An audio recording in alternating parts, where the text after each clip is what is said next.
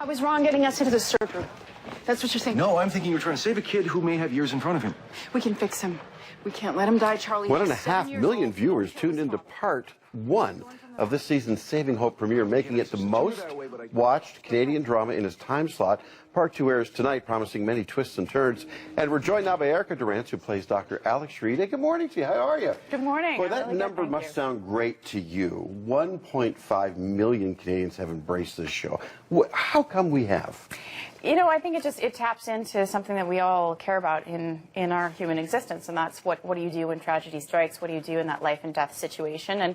And you know, we have fans that have been really loyal. We're in our second season, and they got involved with the characters and really wanted to see what was happening in their life. And that's key, right? I mean, because in season one, your husband, was involved in an accident, and you were, communicated with him.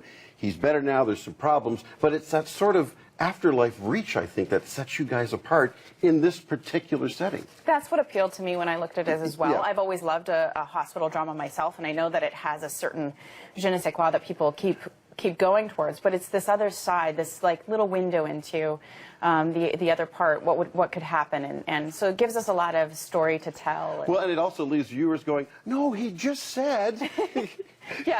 It's kind of like the little secret that everybody knows except you guys. So it's really interesting that way. So you're doing the second season is premiered, part two tonight, but again, you've already been renewed for season 3. Yes. So and you've finished shooting season 2.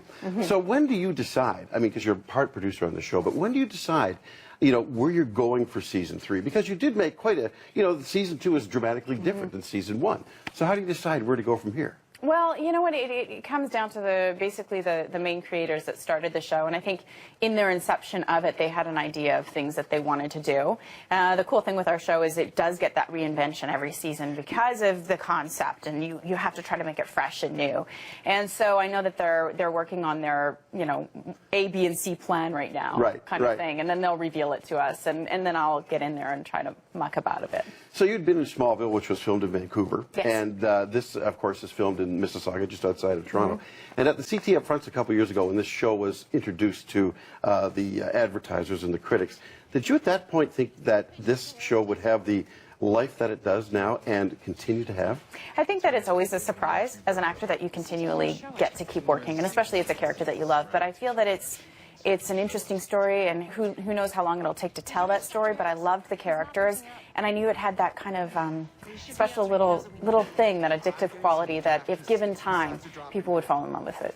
So when you have a situation where you were quite well known in Smallville as Lois Lane, and now you're making a transition into being a doctor, is the public accepting that transition? I mean, obviously they are, but you know what I mean, because people get identified in one thing, and it's hard for sometimes the public to make a switch over. Or have you found a new audience, do you think? You know what, I think that it's the show and the leap that I made was to a different audience, and obviously people that watched Smallville and the ones that are the diehard fans and that sort of thing have transitioned with me, but I've also been able to pick up a whole different realm of fans that enjoy this type of genre as well. And I have no problem being associated with Smallville. I loved it. It was a great experience, and she was a great character, and so I've been very lucky. It's been a fairly smooth transition. And when people will come up to you, or there have been the comparisons, and I almost hesitate to use it, but people will compare it a little bit with Grey's Anatomy. Are you, does that thrill you or annoy you?